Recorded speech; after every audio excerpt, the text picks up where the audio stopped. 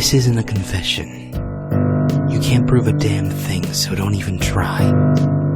I'll deny it to my grave. I'm on my third drink for the evening anyways. You can't trust the word of a drunken man. That's when I start to feel anything these days. The third drink. Sometimes it takes 4, but usually 3 will do. It's the same cycle every night for weeks now. I drink, and then I start to feel, and the fear comes over me. Then I drink some more until I pass out.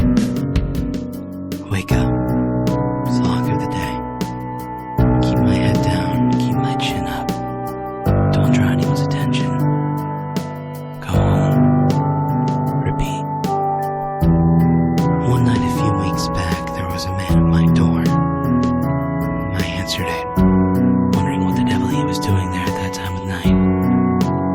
I live at the end of my street, and there's no one around for quite a ways. And even the evangelicals that comb my neighborhood rarely make it all the way out to my house. Help me, he gasped, his blood-flecked lips quivering in the rain. His forearm was badly broken, bits of bone sticking out through the skin. He was pale and drenched, the rain and blood dripping steadily from his haggard frame, pooling on my porch beneath him. There's been an accident. I need help. He winced. Can you help me? I nodded, dumbly, shocked at his state, then ran inside for my cell phone. But by the time I got back to the door with it, he was gone. The only sign of him was a trail of splattered red leading down my front steps and out into the front yard. I stood there, shocked for a moment, and then I put the phone away, slammed the door, and locked it. I don't know why. I was just scared, frightened by the whole affair. And some part of me, some damned selfish part of me, kept saying it's okay. It's someone else's problem. He's gone. Forget about it. So I poured myself a drink to ease my nerves. And then another. A few drinks later, I had forgotten all about him. And a few drinks after that, I drunk myself to sleep. I woke up with my head throbbing. I'm not a heavy drinker. Well, used to not be one anyways. I stepped outside, noticed that there was no blood on my porch, and breathed a sigh of relief. Maybe the rain washed it all away, I thought. Or maybe it hadn't happened at all.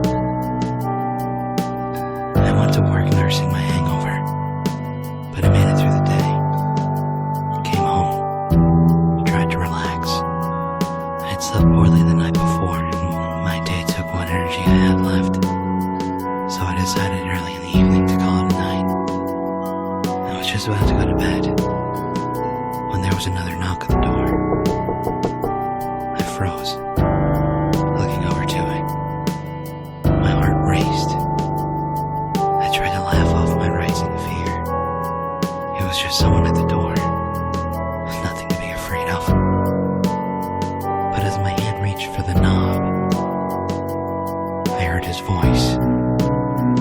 The same quaking shudder of a voice from the night before. Help me. I need help. I stood stone still as he pounded on the door. God, it hurts, he shouted. Please, why won't you help me? I put my back to the door, bracing it, squeezing my eyes shut. This isn't real, I thought. It can't be.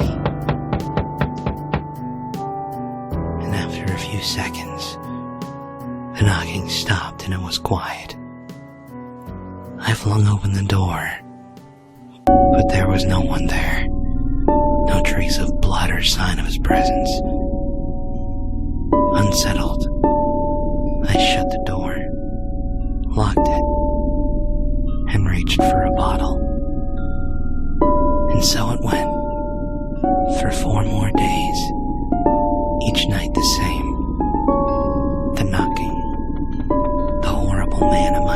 door, the cries for help, and each night I secured the door and waited until it stopped, then drank myself into oblivion.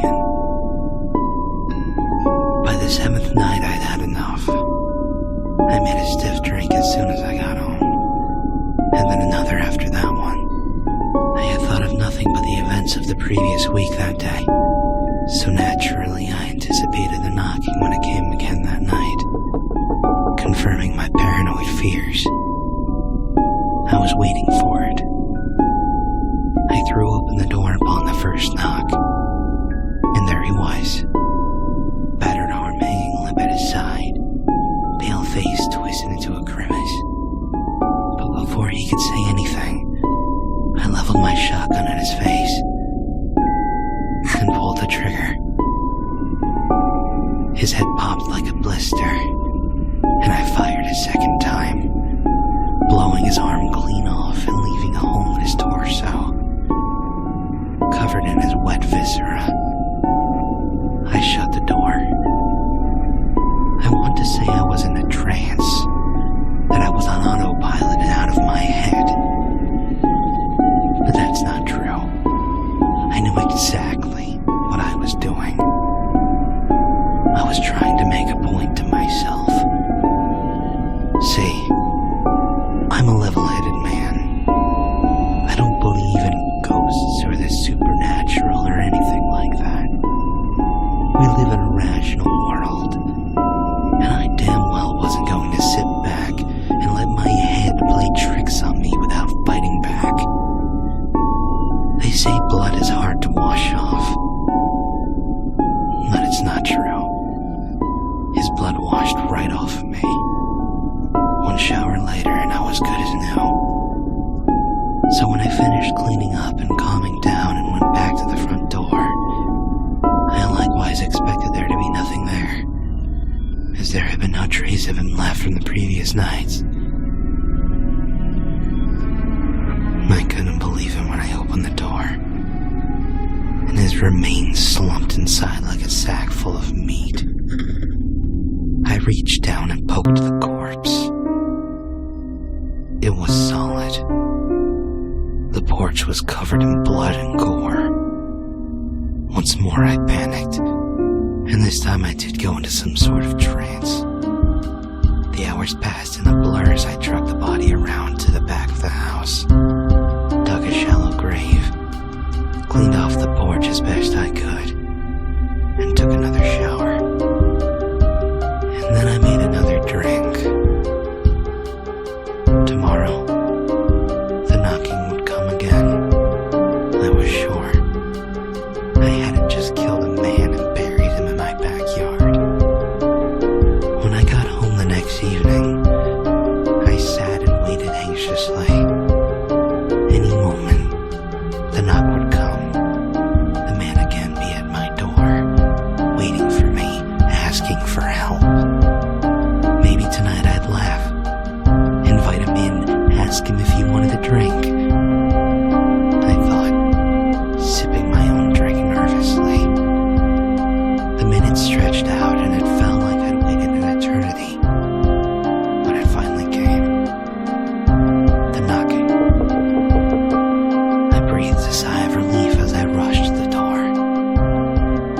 But it wasn't the man from the previous nights.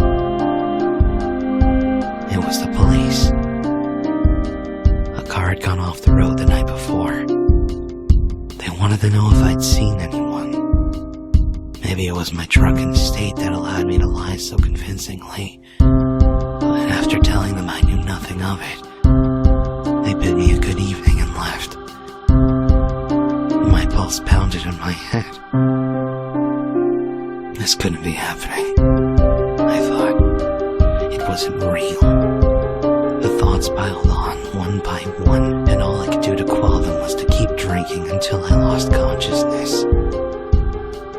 I called in sick the next day. I checked my backyard and, sure enough, the grave I dug was still there, still fresh. I dug him up, burned the body until it was ash.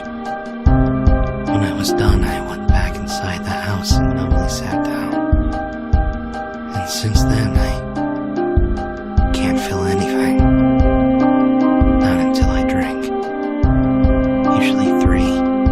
sometimes 4. And it's only then I start to feel it. The fear. See, I'm not afraid of ghosts. I don't believe in them. I've never believed in them. Probably in part because I was raised by my heavily superstitious mother. She made her living as a psychic, telling fortunes. She claimed that she had the sight, that she could see a person's fate before it happened, and she had a steady stream of gullible clients that kept a roof over our heads and food on our table. So I didn't make a big deal out of it. But like any kid, I rebelled against her and her beliefs. Then when I left home, I found plenty of support for that rebellion. Psychics aren't real, right? No one can see the future, right? 'Cause now I'm afraid my mother wasn't faking it. That she really could see the fate of all those people who came to her. And I'm afraid. I'm so terribly damn afraid that now I can see it too.